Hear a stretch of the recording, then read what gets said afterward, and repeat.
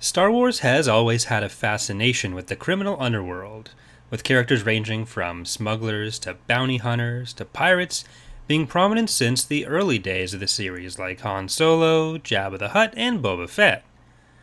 Early books like the Han Solo Adventures trilogy ran with this idea, going into Han's smuggler past, and smugglers even played major roles in two of the most prominent book series, generally regarded as some of the most important in shaping Star Wars lore, with Talon Karrde and his Smugglers Alliance helping to defeat Thrawn in the Thrawn trilogy, and Booster Terrik helping against Isan Isard and her superstar destroyer Lusankya in the X-Wing series. These are just some examples, and mostly the heroic ones. On the other side, characters like Boba Fett went from background characters to fan favorites, often with the help of toys. Jabba's organization turned into a fascination with the Hutts and their cartels across Star Wars media, with other pirate organizations like the Black Sun, the Exchange and Knights of the Old Republic, and Darth Maul's Shadow Collective springing from the interest in that as well. This interest in that corrupt underbelly of the galaxy led to the development of yet another group of pirates in the Imperial period, the Zann Consortium, created for the 2006 real-time strategy game Empire at War: Forces of Corruption. The faction's leader, Tiber Zann, was born 34 years before the Battle of Yavin on the planet Anaxes, and spent his early life working for his father's business converting Clone Wars military hardware for civilian use. He attempted to steal an arms shipment for himself, and was sent to the Imperial Academy on Karita by his father, hoping it would instill discipline in young Tiber. While at the Academy, Tiber proved himself an adept student, but while he was there he also began smuggling operations, sending Imperial hardware off-world to be sold by his associate, later to be his second-in-command and trusted advisor within the Zann Consortium, a Talortai named Uri Fen. His operation caught the attention of Jabba the Hutt, who attempted to sabotage him and get him caught by the Imperials. Quick work by Uri allowed Tiber to stay out of legal trouble, though he was unable to graduate from the Academy and instead began working with Jabba, seeing it as the best way to grow the Consortium. Though his arrangement with Jabba would not last long, ending with incarceration for Tiber on Kessel, he was able to gain valuable information about an artifact Jabba had been seeking and intending to sell to the Empire, a Sith holocron. Uri, who had kept the Consortium operational in Zann's absence, orchestrated a breakout with his boss, contracting Han Solo, Chewbacca, and the Millennium Falcon to extract them after staging a massive prison riot. The Consortium, back under Tiber's leadership, then began a campaign of bribery, extortion, and overt violence across the south end of the galaxy to assure the cooperation of various planetary officials, other underworld figures, and shipbuilding companies.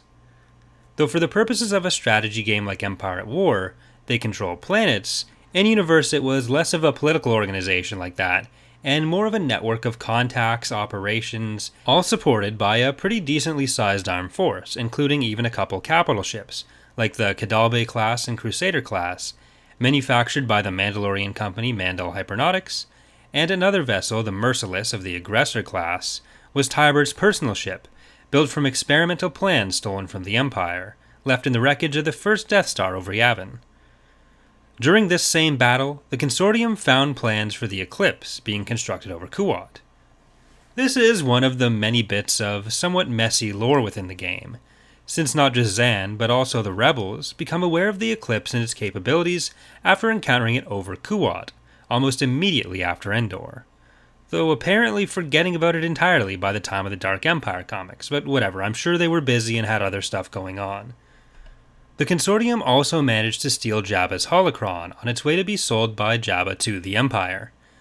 Tiber and Uri sought the help of a Night Sister named Silri in decoding the information on the holocron, freeing her from Imperial captivity on Dathomir.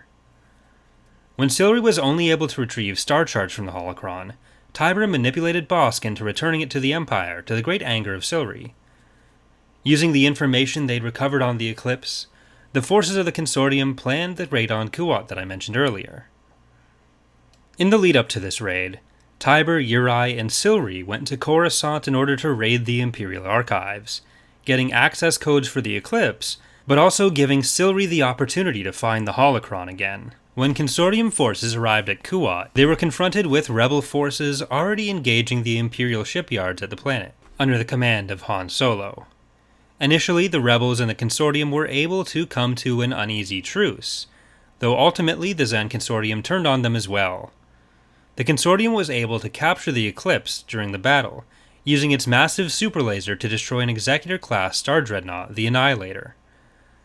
Rather than escape with this half-finished Super Dreadnought, which would have been impossible for them to properly crew and maintain, it would also have drawn far too much attention to them, Tiber and Uri downloaded massive amounts of financial information and other secret Imperial data from the Dreadnought's systems, intending to use these new vast resources to exert influence on the New Republic, with Tiber saying he'd always wanted to own a senator. Meanwhile, Silvery used the holocron that she had recovered to access other information stored on the Dreadnought. With this information, Silvery was able to locate a secret army of carbonite-frozen ancient Sith warriors, closing out the game. Despite these massive victories for the Zann Consortium and for Silvery, we never really get information on what was done with those resources. This is largely for two real-world reasons rather than any major in-universe ones. Petroglyph, the makers of Empire at War, had originally intended to make additional expansions or a sequel to continue their story, but the opportunity never came, with LucasArts turning down attempts for further support for the game. Secondly, much of this period just after Endor had already been pretty extensively covered. There wasn't much room for an invasion of ancient Sith troopers.